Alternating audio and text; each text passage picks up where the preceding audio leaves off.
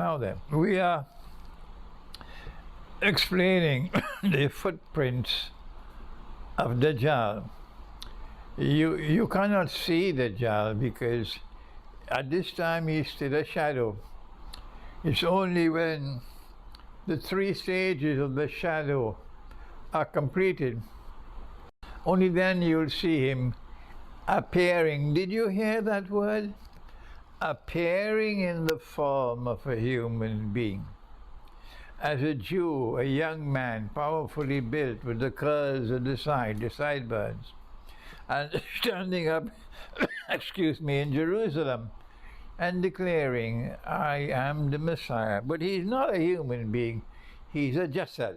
And we've already explained what is a Jasad. You may have a different view from mine, never mind. And in the first stage of his mission, we said, which is the longest, Pax Britannica appeared, and in the second stage, Pax Americana appeared, and there's a third still to come, which is about to commence with the Great War. And it's called Pax Judaica, and it's just a brief period of time. The footprints of the Dajjal to which we've been directing attention so far pertain to space and to time. Backward and forward movement in time. Speed, movement in space at such speed that you have hypersonic speed. Dajjal riding on a donkey, and the donkey traveling as fast as the clouds, taking control of the sky, imposing a no-fly zone and so on. I've covered that already, and now tonight I want to turn briefly, so because this is Ramadan, to another one of the footprints of Dajjal, and it's Dajjal and woman. I would be surprised knowing the total success that Dajjal has achieved in playing this tune, that most of the world is dancing to the tune, not just women, men as well, governments most of all. The feminist revolution, a new sunshine, the sun rising from the west instead of from the east, a new world for the women of the world, that what has come before was obsolete and archaic and was discriminative and oppressive to women. What all the prophets teach was wrong. What all the scriptures gave was wrong. What all the religions have taught was all wrong. And now in this age, we have come to give the first true and accurate and complete and authentic explanation of the role of women in society. Forget the past. It's all in a museum today. This is the new world that the Dajjal has come to give for women. And of course, the truth is located in the Quran. The truth is located in the scriptures. So what the Dajjal is teaching concerning women, while it may dazzle, it's bogus. That's right, because the truth is there. If the Dajjal teaches what is in the Quran, fine. But when he teaches the opposite of what is in the Quran, it's bogus. Our prophet prophesied this day. This is what he said. Whether you're comfortable with it or you're not is irrelevant. He said the last people to come out to Dajjal will be women. And a man would have to return to his home and tie down, meaning coercively restrain his wife, his sister, his daughter, to protect them from being seduced by Dajjal. Meaning the brainwashing of women will be so total and complete that you can say what you want, you can do what you want, you cannot change their minds. That is Dajjal's hypnotic control over women. So then, what is it that Dajjal is going to bring to the world of women? Well, first of all, let's go to the Quran and see what the Quran has to say about women, and this has to be brief if you don't mind. Yeah. Allah speaks in Surah Al-Layl, and listen to what he says. Are you listening? This is the word of Allah. This is absolute truth. Whether you accept it or not, whether you agree with it or not, whether you're comfortable with it or not, once it is the word of Allah, you have to submit to it. Understanding can come afterwards. He says, "Ba'a'udhu billahi minash shaitanir rajeem." He says, وَاللَّيْلِ إِذَا يَغْشَى. He takes an oath by the night and by that which with which it shrouds, it conceals so mysteriously. وَالنَّهَارِ إِذَا تَجَلَّى. And then he takes an oath by the day which is totally different from the night. While this is shrouding and concealing, this one is bright light. إِذَا تَجَلَّى. So night and day are not equal to the other. Night and day are completely different from each other, but night and day complement each other. Then Allah goes on to say, "Inna sa'yakum lashatta." And this is the one verse of the Quran that Dajjal wishes he could take it out. This is his stumbling block. Inna sa'yakum lashatta. What does it mean? Let me give it to you in English. You men and women, you are functionally different. No, sorry, I missed out one verse. وَمَا خَلَقَ الذَّكَرَ وَالْأُنْثَى وَاللَّيْلِ إِذَا يَغْشَى وَالنَّهَارِ إِذَا تَجَلَّى وَمَا خَلَقَ الذَّكَرَ وَالْأُنْثَى. That in the same way that I have created the night and the day, so too have I created the male and the female. You did not create yourself. You don't have sovereignty over your own body. This is my body. I do with it what I want. Not at all. He is the sovereign. He has created you from a drop of sperm. وَمَا خَلَقَ الذَّكَرَ وَالْأُنْثَى. That in the same way that I created the night and the day, so too have I created the male and the female. You are different from each other. You don't put an equal sign between the night and the day, and so you don't put an equal sign between the male and the female. That's a PhD in stupidity. Inna sa'yakum lashatta. You are functionally different. To the extent that a woman is a woman, it is for her to live as a woman, to be able to realize what it is to be a woman. And for a man to be a man, he has to live as a man in order to realize what is masculinity. A man cannot assume a woman's role in society. Sit down at home and you do nothing. You sit down at home and you never go out and work. You never earn your livelihood. You never struggle to maintain your wife and your children. And you call yourself a man. All your days are spent in the casino. All your days are spent smoking and drinking and gambling. And you call yourself a man? No, you're not a man. Not at all. Because to be a man, الرجال قوامون على النساء. This is a man. A man maintains women, and a man guards and protects women. This is a man. So a man, in order to be a man, must fulfill his functions as a man. And a woman, in order to be a woman, she has this supremely important role in society. It is from her that human beings come into the world. She is not just a wife, she's a mother.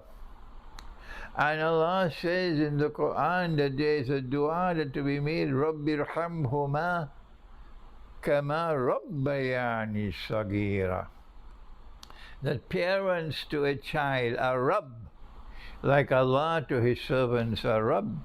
The Rabb is one who takes care of what He has created, who nourishes, who cherishes, who looks over its growth from stage and stage to stage. This is Rabb, who provides for. And so parents have the same role towards children as Allah has to His creatures. This is not a simple thing. This is an extremely important thing. And the role of the mother with respect to children is 3 times more important than the role of the father. So said the Prophet ﷺ. A mother has 3 times a status higher than a father in respect of her children. And so if a woman stops being a woman and she seeks to assume the functional role of men in society, the tragedy that mankind will experience will be that children will eventually grow up with an internal rage inside of them, and they'll become drug addicts, and they'll become alcoholics, and they'll become violent in conduct, they'll become criminals, and society will be broken up into pieces because mommy was a part-time mother. It is very difficult for a woman, very difficult, to be a woman and to be a mother, and also to be the one who is working to maintain her family, because the father has run away and he's not in charge, he's not doing his duty. But our society is one in which she's not alone. The society will now maintain her and the children through zakat. But where is that society today? We cannot establish Islam as a state today because Gog and Magog will destroy us. And so here is Dajjal's major footprint in Akhiru Zaman. He takes the world of women and brainwashes them that they must assume the functional role of men in society. So now a woman has the right to become head of state. A woman could be the president and prime minister. A woman could be a member of the Supreme Court of Pakistan. A woman could be a general in the armed forces of Pakistan. Yes. This is Dajjal's strategy of transforming women from their feminine role in society to assuming a masculine role of society, and that is the destruction of what it is to be a woman. There is a corollary to this, that as women assume the functional role of men in society, as the night assumes to be the day, pursuing relentlessly a struggle to become the day, the result is that women would progressively lose their femininity. And as men abandon their role as men in society, men will eventually progressively lose their masculinity. And then Dajjal offers his master plan, and that is that a man can now marry another man and get a marriage certificate. Be careful for your children. Be careful for your children, because this is already prevailing in so many parts of the world. Be careful for your children. Let me say it one more time. Be careful for your children, because this is the Dajjal's tune being played, and there are so many who are dancing to it. That homosexuality will become increasingly prevalent, and they will parade on the streets with no even blush of shame. If they're doing it in Manhattan today, they'll do it in Lahore tomorrow. The Gay and Lesbian Rights Day parade. And anyone who wants to be a politician And to get votes, so they're like, you better be in that parade, otherwise you're going to lose all those votes. And a woman will marry another woman, lesbianism.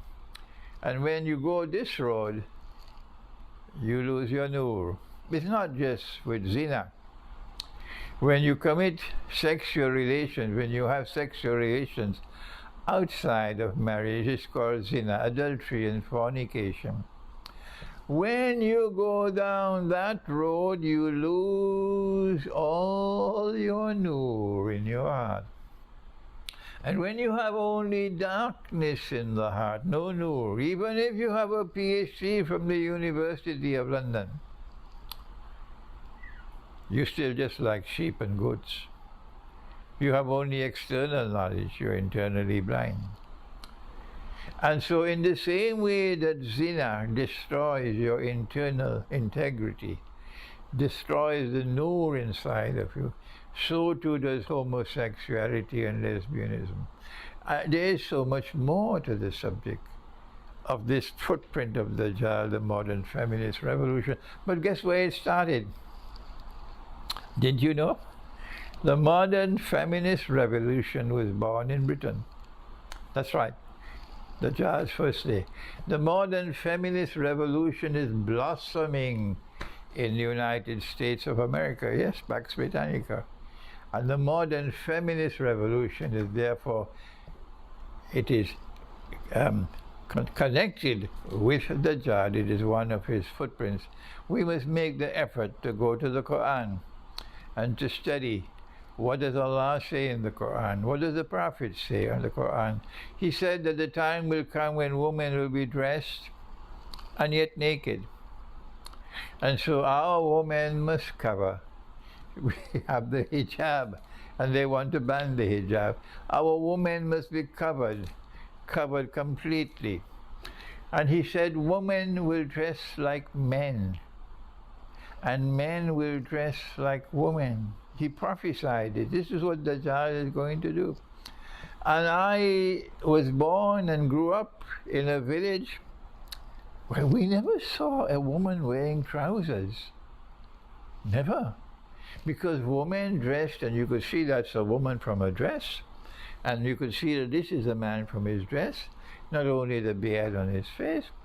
And then slowly we started to see, when I was a teenager, we started to see women wearing trousers for the first time. It was such a surprise, we thought the sky was falling down. And then came, don't be annoyed with me, the blue jeans Jamaat. And this became a statement of fashion. But we were accustomed to blue jeans, that is the corduroy trouser. This is the work clothing. The men wear these clothing for work.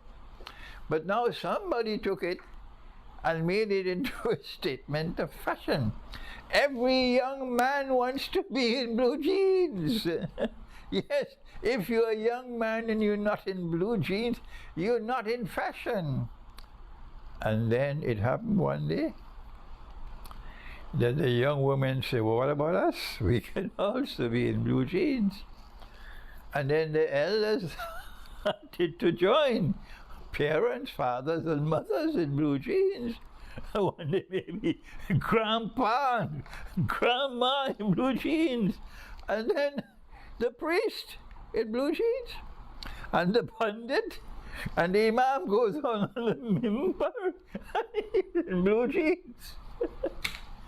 This is Gog and Magog doing Dajjal's work for the blue jeans Jamaat. When a man dresses, he has to wear the clothes that he would use if he has to ride on a donkey or a horse.